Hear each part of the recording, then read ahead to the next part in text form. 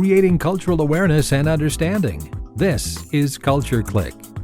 Culture Clique is written and produced by KQAL-FM on the campus of Winona State University. Today on Culture Clique, we talk to Bonnie Kreckow of Simply Be Natural about healing trauma and injuries with herbs.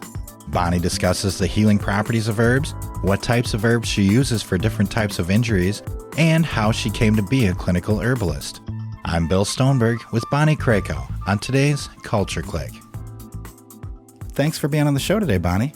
Well, thanks for having me. Okay, well, I was just kind of curious, how did you get your start as an herbalist? You know, what got you interested in herbal medicine? I've been doing herbal medicine for almost 20 years. Oh, wow. I grew up on a farm, roamed the woods, roamed the fields. Mm-hmm. I knew a lot of plants. I had burdock. Everybody knows burdock, right? Mm-hmm. Dandelion, elderberries, the trees, oaks, birch, things like that. Right. But it wasn't until probably my mid-30s, and I've discovered that these plants have medicine. Oh. And once I discovered that, I was like a sponge. I could not get enough information. And I started reading some books, did my own plant IDing and things like that back in the woods. And I remember going back to the woods the first time, and when I went down there, I'm like, oh my gosh, you're a horsetail. Sorry for trampling over you with the tractors, Because we go through the woods with the tractor and wagon front things out to the third knoll, as we called it. And yeah, it's like these plants have faces now. They have personalities. They have spirit. Right. So no more trampling over them, But, and from there, after probably about, 5-6 years, maybe 4 years, I don't know, just kind of studying on my own, I thought, I need a mentor. I need somebody to guide me, to make sure that what I'm comprehending is correct, and I'm understanding this and studying this correct. Mm-hmm. And so I actually ventured out to the Green Mountains of Vermont. Oh, cool. And that's where I traveled back and forth for 3 years, doing an apprenticeship and a clinical year and things like that too. And met another herbalist here in Minnesota, though, too, and studied with him a lot. And a couple of Native American Indians, too, that I've studied with, too.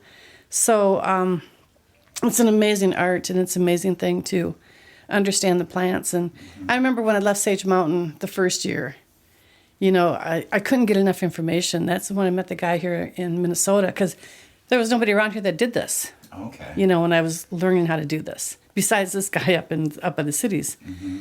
But yeah, it was pretty amazing, and I've seen the plants do amazing things. Cool. To help people to heal, like with trauma. Uh-huh. It's amazing. Yeah. It sounds like quite a journey. It is quite a journey. It has been. Right. And probably still is, huh? Yeah, it still is, right. Okay. Well, you mentioned trauma. In treating trauma with herbs, what kind of trauma are we talking about? Like emotional or physical or both? Or? Both. Okay. Yeah. Because what comes to mind right now is I've had more than one client with numerous horse accidents. Oh. And oh my gosh, getting bucked off a horse or thrown off a horse or dragged by a horse or something, it's pretty traumatic. Right. And it's amazing how trauma will sit in the body. There's a term that we call fight or flight. Right. And that's when, trauma hits you and your adrenaline kicks in, and sometimes, and then, either some people can think through a situation and stay calm in the situation and say, this is what we need to do. Other people just go crazy. Right. And especially with car accidents, if you've ever noticed anybody that's been in a car accident and you walk into a room and you're not walking in there quietly, you're just walking into the room and you startle them. Oh. They're still in that fight or flight. Okay. That trauma has not left that body. Okay. So it's important to treat that as well. You have to treat that trauma. You have to treat that trauma because whatever it was, even for a broken leg, it's still going to be trauma in the body that has to be released. Mm-hmm. That doesn't affect people emotionally as some other more in-depth trauma does, but it still does. Right. So you have to treat the whole ball of wax, so to speak. You have to treat those emotions, that spirit, along with treating the injury. Okay. What would you, like for the horse person, for example, what kind of herbs would you use to treat them? Well, then again, it depends upon the injury. Okay. So, say like for a broken bone, there's an amazing plant out there called mullein. You use the leaves of this plant, and that will reset that bone. Oh. It is so cool. My son, when I was studying this, he must have been like 13, 14 when I was in my training years. Mm-hmm. He fell and broke his collarbone. He was running down a hill and fell, hit his collarbone on a rock. and broke his collarbone. And my daughter calls me, she's like, Mom, you need to come home right now, such and such happened. And I got home and you could see his clavicle sticking out. Ooh. So then I'm like, oh, okay, this needs to be, addressed. We need to have an x-ray, find out how severe this is or whatever. And we put a mullein leaf on it. And so from our home to, we lived up in between here in Rochester, so we left from our place to go to Rochester, which was probably a 30-minute drive. And he was holding this mullein leaf on there. And he says, Mom, it just throbs. He says, it feels like there's a pushing, like pressure on it. He said he wasn't in a lot of pain. And then he took it off to get the x-ray done. And he's like, okay, put that leaf back on here. Because he said as soon as the leaf was taken off, he says throbbing, the pain. Because mullein is also an analgesic, which means it's a pain reliever. Oh, wow. I have set so many, or I've helped people set so many bones with that. Broken ribs, collarbones, sternums, stuff that you can't put a cast on. Yeah.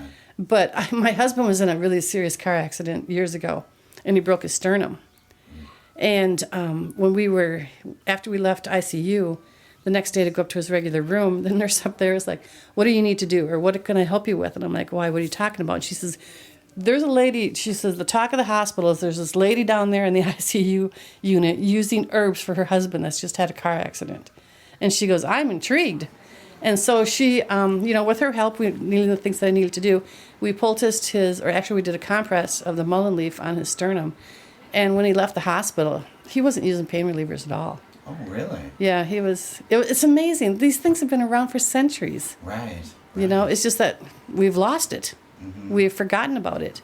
Right. But I've used, that's an amazing one. It's a great plant to use for broken bones. There's comfrey too, but comfrey can knit a bone back together too quickly. You want it to let it heal on its own, so to speak. Okay. There's another herb called bone set that does just that too. Huh. Sets bones. Wow. And heals bones. And you'll even see, like, back to my son's injury, he fractured his wrist too. Oh yeah, so this is another incident. He fractured his wrist. And I did a poultice and stuff on it for a couple of days. And he fractured it on his four-wheeler. No, it wasn't. It was his dirt bike, jumping stuff. Right. And came down on the handlebars. And so I poulticed it up and stuff, babied it for that week or whatever. And he's like, oh, my hand feels great. This feels good, And then next week he did the same thing again. And I was like, are you kidding me? He walks in there. I was like, Mom, my wrist, Oh, no. And so I said, we need to go get this x-rayed. We need to know what's going on here. And so I wrapped it up again, went off to the hospital again, got it x-rayed. And it was really cool. The doctor puts the x-ray up on the screen. He says, oh, there's a fracture really close to this fracture. He says, this is an old one. I says, that was last week. Wow. Because he's never done anything before now. So that was really interesting to see that. How quickly those herbs had mended that. It was probably just a hairline fracture. It wasn't a really severe one that it mended it that quickly. But that was really cool to see that. That is cool. And you mentioned a poultice. What exactly is that? A poultice is when you want to take the herbs. I put them in a coffee grinder and I grind them up, powder them, so to speak. Okay. And I add just a tad bit of oil to it. Like I use I never use olive oil topically. I use grapeseed oil or almond oil. Most of the time I use grapeseed oil. And I just put enough in there just to moisten the herbs. So it's kind of like a paste where it'll stick together because you don't want it runny or anything like that. So then you open up a piece of gauze, you lay those herbs in there, like just a thin layer of those herbs. Mm-hmm. You fold your gauze over, close it or whatever, and set it on the injury. Okay. And I did this to my daughter's back. She hurt her back. She actually hurt her sciatic nerve chipping ice a couple of weeks ago. Oh, yeah. And she was in pain. She knocked her back out. She has back problems here and there. And so that's what I did with her as a poultice. And so then you just tape that on that spot, and you can wear it for like 24 hours. That's what I do with sprains, too. I have many people walk into my office with sprained ankles, sprained wrists, and things like that. And I'll poultice it. And I'll say, leave this on here for 24 hours. And after 24 hours, I look at it again to evaluate, do we need to do another 24 hours? Or can we just do our salves and our herbs? And I always do things internally, too. No matter no matter if it's a break, if it's a sprain, it's a car accident, a burn, whatever. Well, burns I don't do internally. Well, I treat the trauma internally, though. Oh, sure. Because a burn is very emotional, too. And so I treat them with flower essences for that. Okay. But I always treat internally with all these other things, too. Okay. And so, my daughter's back was better in a couple of days. Just with the combination, you use the right combination of herbs. Okay. You know, like valerian's a good one too. Valerian's Valerian? yeah. Okay. Valerian's an analgesic too. Antispasmodic. You know, it takes tension, you know, the inflammation, things like that out of the tissues. And Okay. And then you did mention internally treating also. Does it depend on what kind of trauma what you use internally, or is it kind of general? no, it again, it depends upon what I'm treating. If I'm treating a broken bone, for instance, I'm going to give them probably some mullein internally.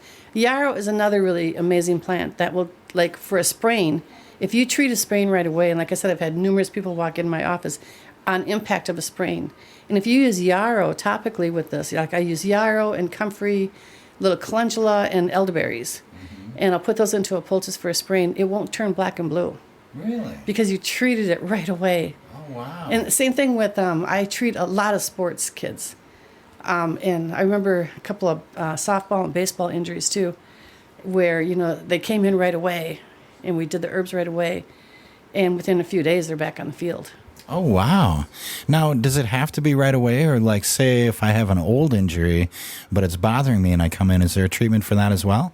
Yes, it is. I would treat it like it happened yesterday. Oh, really? Yeah, because a lot of people, like say, especially a car accident or something like that, you know, you see a lot of back injuries that still, you know, repercussions of that, or neck, you know, the whiplash thing, you know, from being bounced around and stuff like that.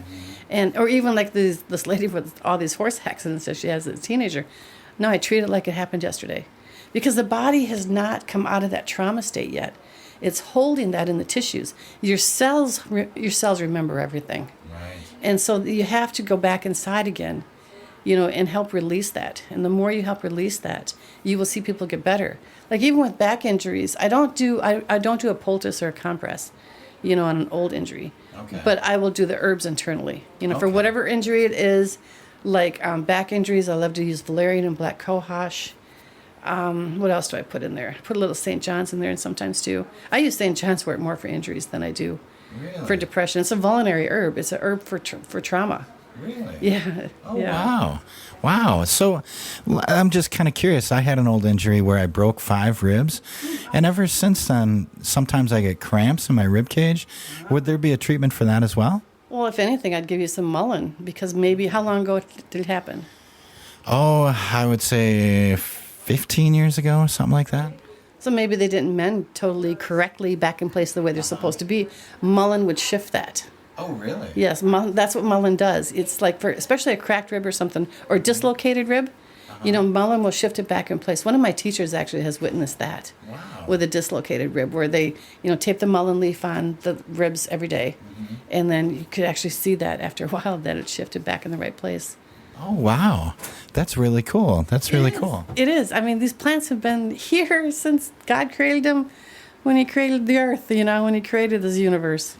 What about just stress in general? If you're just kind of, you know, stressed out from work or home life, whatever is happening in your life, are there good treatments for that?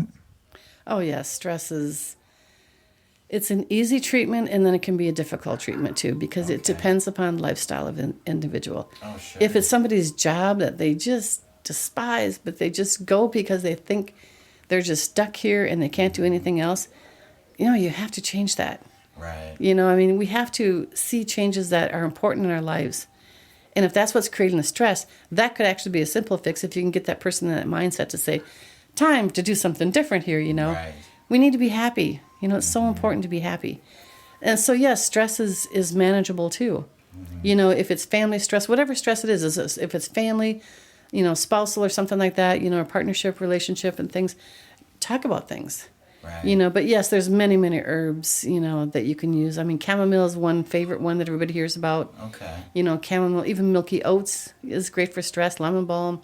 There's a lot of them. Then you can get into valerian again. Okay. That's a great one for anxiety. There's linden flower. Okay. I mean, there's just tons of things. So, I was going to say even the black cohosh I mentioned earlier too. Okay. So when you're talking treating internally, like, so could I like get some tea that has this stuff in it, or what are we talking about internally? Like, well, for stress, I like to use teas. Okay. Because when I give somebody a tea blend, they have to make that when they get home. Right. So now they're actually taking it upon themselves to make their medicine. Right. and taking it upon themselves to help heal themselves, which is a great step in the right direction. Right. I've had people in the past that'll come in and say, well, can't you just give me a pill for something? And I'm like, there is no magic pill. The magic pill is, let's sit down and talk about what's going on with you. Right. And let's address the things that, are bothering you, or address the things that are stressing you. How can you change that? Or do you want to change that? I mean, everything's a choice. But a tea is a great thing. Otherwise, I do a lot of glycerites, and the glycerite's like a syrup. It's a liquid. Okay. And then capsules. I don't do tinctures. If I do any tinctures is an age-old thing that many herbalists have done for decades, centuries. But I use them more to treat. I treat emotion with that. So stress in a good way would be a good way with some of that. Like if I gave somebody some valerian, I would tell them to take one drop, a single drop. But then I do a lot of essences. Essences are even more. The medicine is stronger, but yet is more gentler, if that makes sense at all. Really? Well, because essences are made with, like, maybe I would take the flower of a plant and put it into a bowl of water and let it sit there for a couple hours or so and take it out, and then I have this bowl of water. Where that's all it was. And then I take that bowl of water, I'll bottle it, whatever, and when I want to give somebody a remedy from that, I'll take maybe a 1 ounce bottle, fill that with distilled water or spring water, and add 1 drop from that bowl of water I just did. Okay. Just a single drop, and then in what I just gave them, and then I tell them to take just 1 single drop of that. Oh, wow. Do you see how kind of gentle that action is of that plant? But yet it's very profound, and it really helps people to shift and helps people to, make that move, whichever direction that they need to do. So is that what an essence is? Does it kind of leach out of the herb, or? Yeah, yes, it does. It just leach out of the herb like that. It just infuses itself with that water is what it does. I don't have the correct terminology. That's fine. You can do the same thing with, I know a company that makes environmental essences. And one of my teachers, actually, a Choctaw lady, she actually makes environmental essences too, where you just leave it sit with the environment. And in that environment, what is ever in there will be pulled into that essence. And it's amazing when you take that essence, what it does to you and how it just, it's a whole different way of medicine, isn't it? Yeah, definitely. And then I just want to back up a little bit. You mentioned tinctures before. What exactly is that? A tincture is where you take there's what we call a menstruum. And a menstruum is whatever source or like base that we're going to use to extract the medicine from the plant. Like a glycerite is made with distilled water and vegetable glycerin. A tea is made with water. And that water is considered that menstruum to extract that medicine from those herbs, because you see the color transform and change. The water of will change color as it's infusing, the herbs are infusing into it. Right. And a tincture is made with alcohol. And so you take just your alcohol and cover it with the herb, and then you let that sit for a period of time. And then you press it out where you take, the herb back out of it.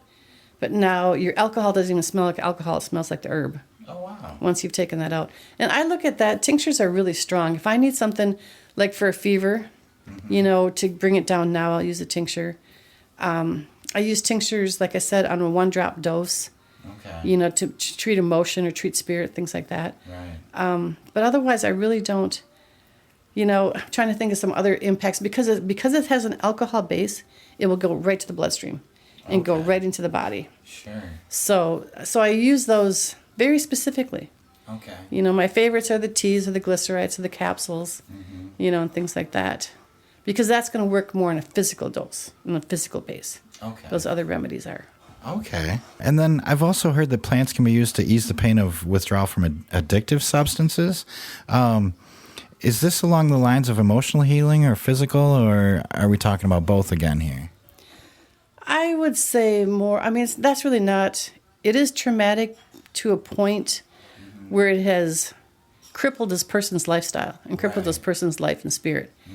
But yes, there's definitely herbs that can help, shift that also. Okay. And help them to heal. The biggest thing about healing too is a person has to want to. Right. No matter if you're a drug addict or an alcoholic, gaming addiction is really bad right now. Okay, sure. I mean, that's affecting our children up to adults. Right. But everything has. You have to look at the individuality, and that's what we do with every client. Okay. They're not all grouped together as here's the statistics of this and this and this. Okay. Everybody has their own story. Sure. You know, and that's what you have to address. Okay. And that's what, and the more you listen to a person, it's amazing how much, like a consultation with me is an hour and a half. Oh, wow. So it's a pretty long session, and actually it can grow into 2 hours. I've had people sit in here for 3 hours. Really? Yes, and because they just need to vent, they need to talk, they need to let this out.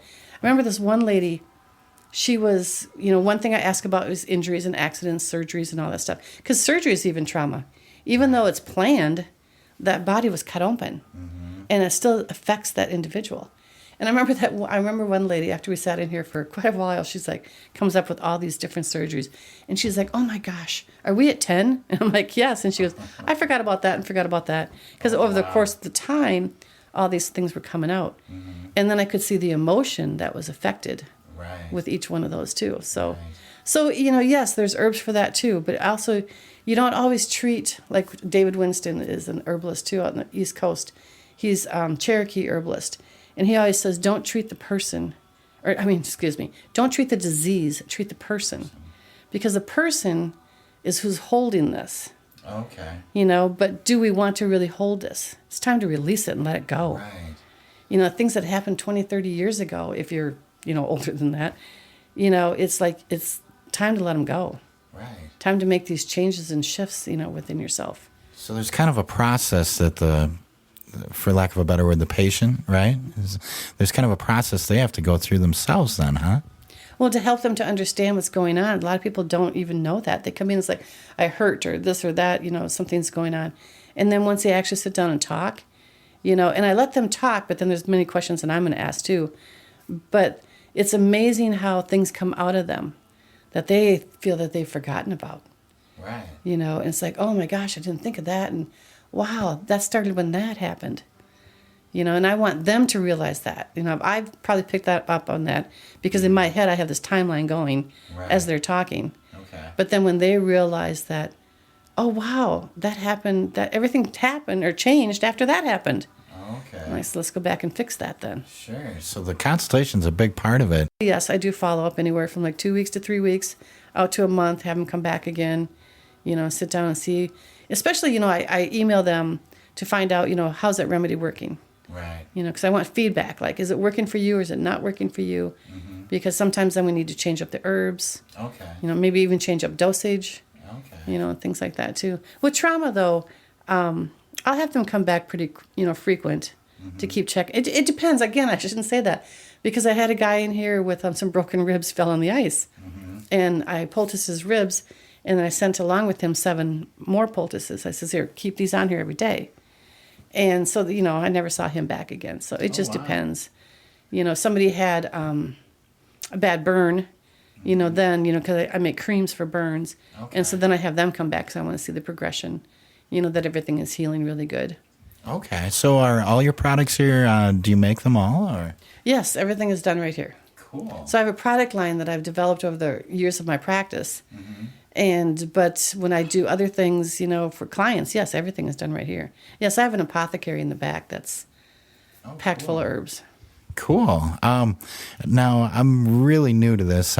What is an apothecary? Do you want to see? Sure, let's take a look. This is the apothecary. Okay.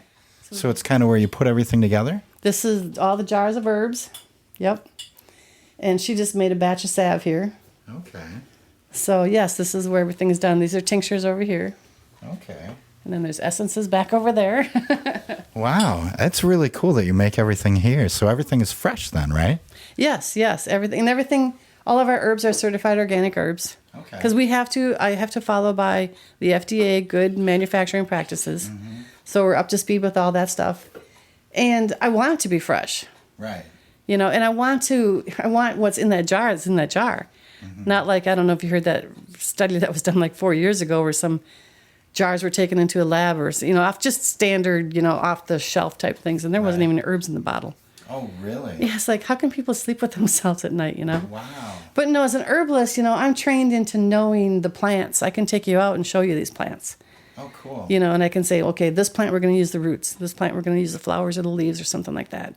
You know, and I know how to dry them. and formulate things. That's what an herbalist does.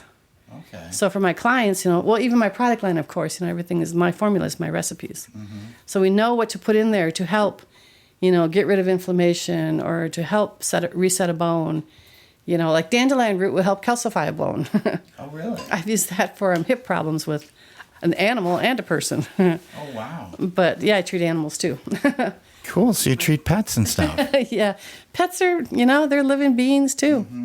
And they know the herbs. So are there ways like people could learn about wild herbs and go collect them on their own, or would you recommend that or not? Well, I have an apprenticeship program that I do. Oh, cool. To teach people how to do this. Oh. And it's a 3-year program. And the first year, we go out with the plants all the time. But yeah, I could take them out to the woods or to the fields or to the prairies or down by the creek or the river and stuff like that and show them the plants. They can go out and do this themselves. But like I said way at the beginning, I started studying this on my own too. And I got to a point where it's like, I want to know what I'm doing is correct. Okay, sure. Because I looked at it as like, this isn't something to really be taken lightly. Right. Because, you're dealing with people's lives. You're dealing with their health. Yeah. And what if you give them an herb that doesn't agree with them? Or what if you think you know the plants out there, but you picked a poison plant? Oh. Because there are poisonous ones too. Okay. So you need to know that. Like when I was taught, in the same way I teach my students too, is I want you to have either 3 to 5 sources to identify that plant, to make sure it is the plant that you think it is. Okay. Because that's really important. And that's one thing that, that I took very seriously in my training days. Because I was like, I'm not messing around with people's lives. And I'm just, I thought, no way, that's their health, Right. And then I remember my first teacher, though, Rosemary Gladstar out in Vermont, she's like, oh, Bonnie, you're going to be a practitioner someday. And I'm like, no, I'm not doing that, But I got absorbed into it. And so it is, I think people need to be serious about it.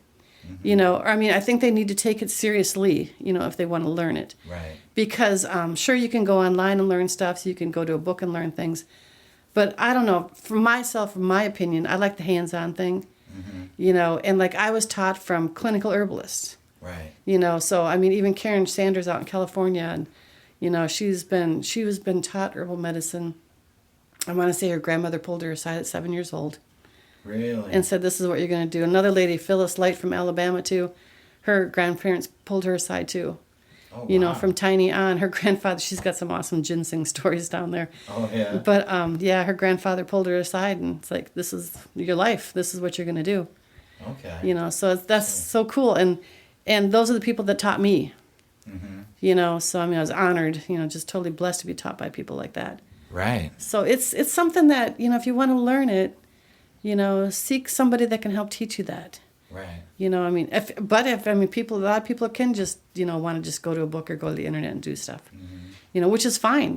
However the people choose to do it, or choose to learn it, But myself, I had to have mentors out there. I had to know what I was doing. Sure. Correct. Well, like you said, you've got people's lives in your hands, that you're dealing with. So, would you recommend someone go to a professional really to start learning or to treat themselves, or?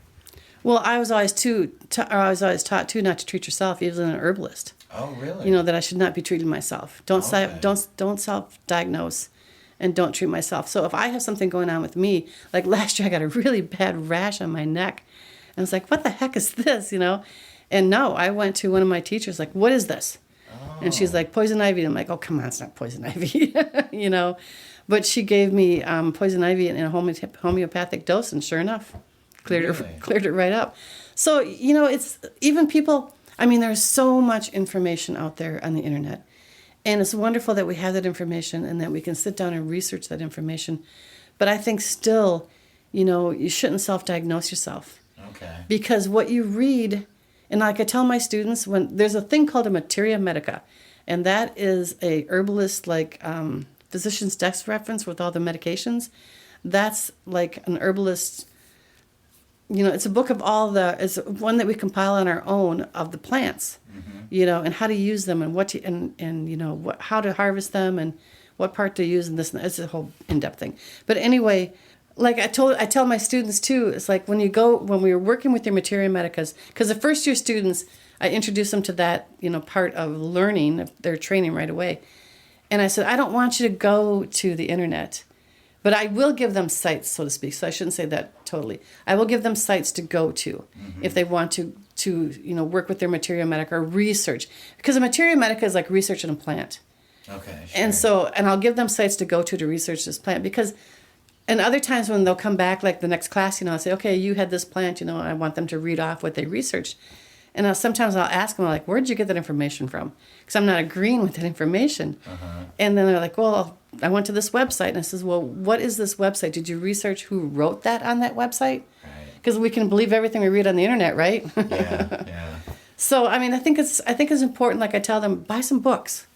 Then I give them a whole list of books, too, to buy, that they can study with. Because these books are written by clinicians. They're written by, practicing herbalists, where they've used the plants, not only on themselves, but with clients as well. So they know that plant, interaction. There's many amazing books out there that I think a lot of people would flip out and not even realize that are out there on the, the chemical makeups of plants. And what this plant is made of and consists of and what it does for the body in a very medical standpoint. There's actually a book called Medical Herbalist. Okay. So it's written by a British herbalist. Okay. And that's an amazing book, too.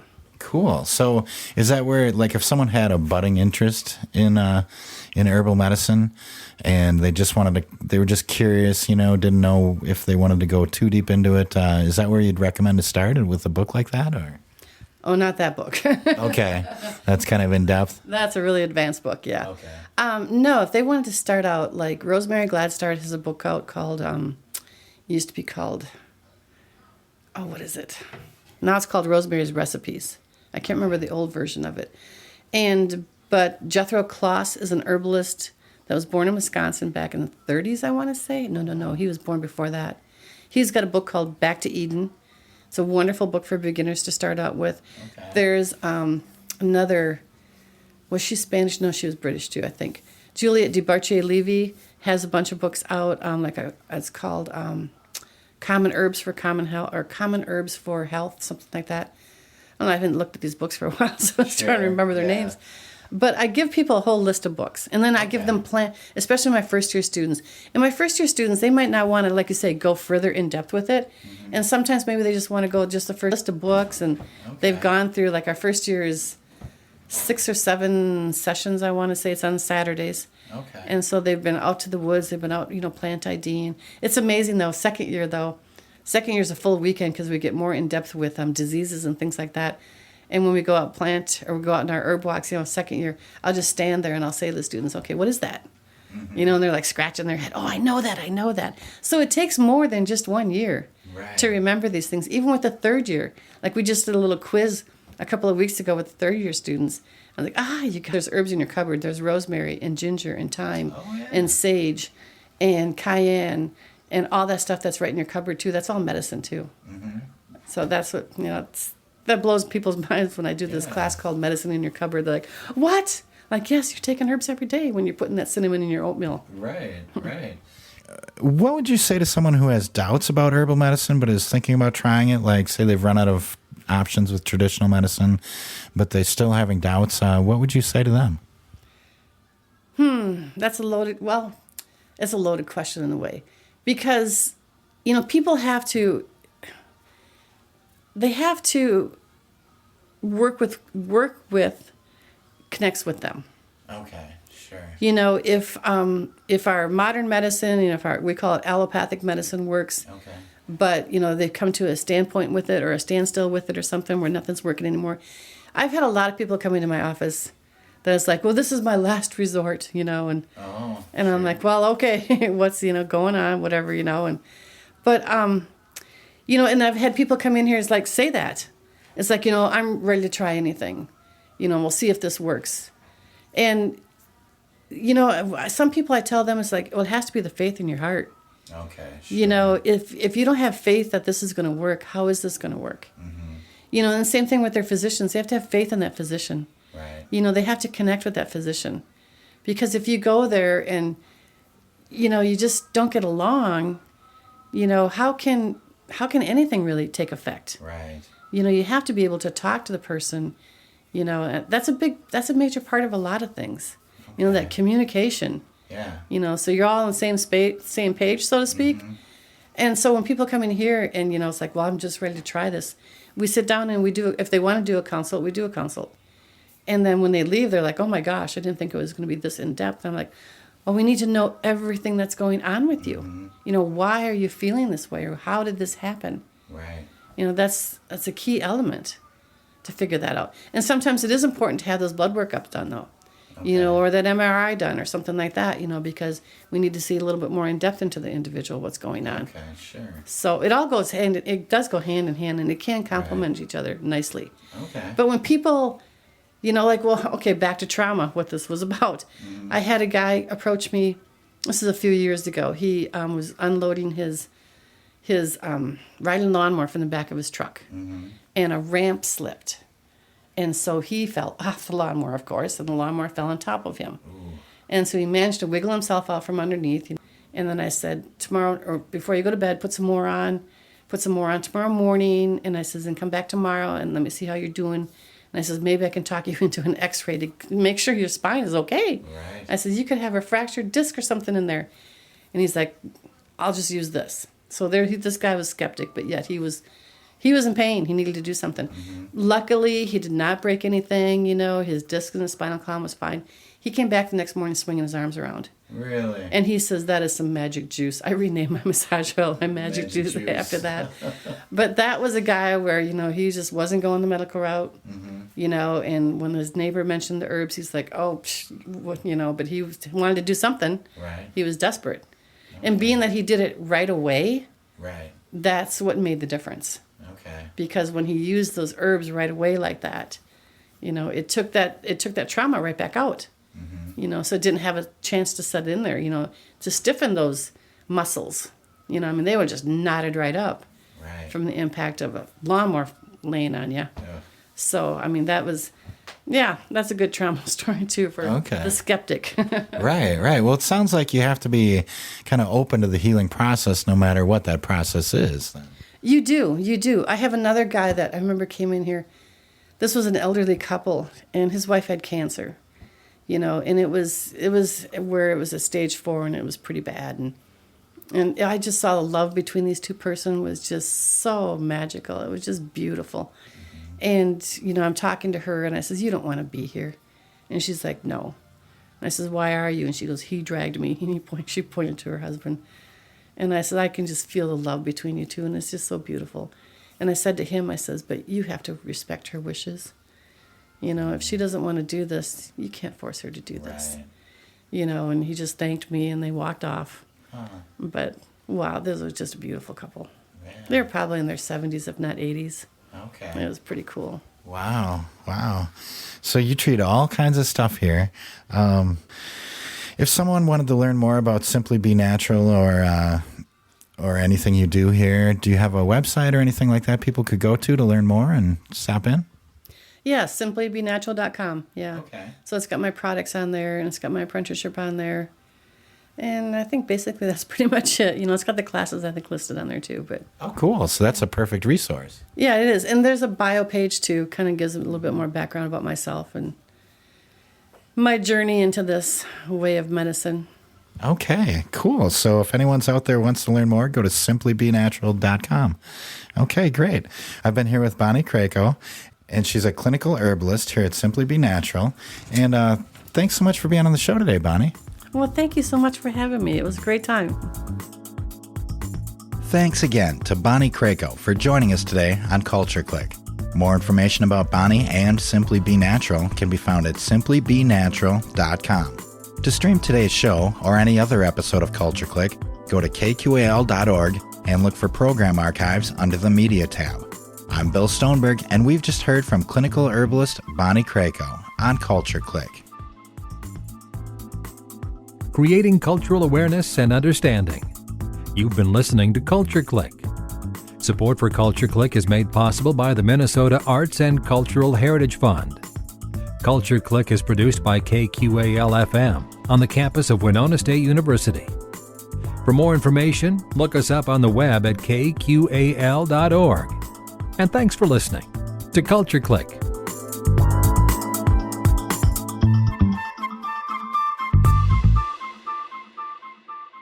Do you want to know about all things Winona and the surrounding area? Tune in to Culture Clique Thursdays at 12:30 right here on 89.5 KQAL. Culture Clique is made possible by a grant from the Minnesota Arts and Cultural Heritage Fund.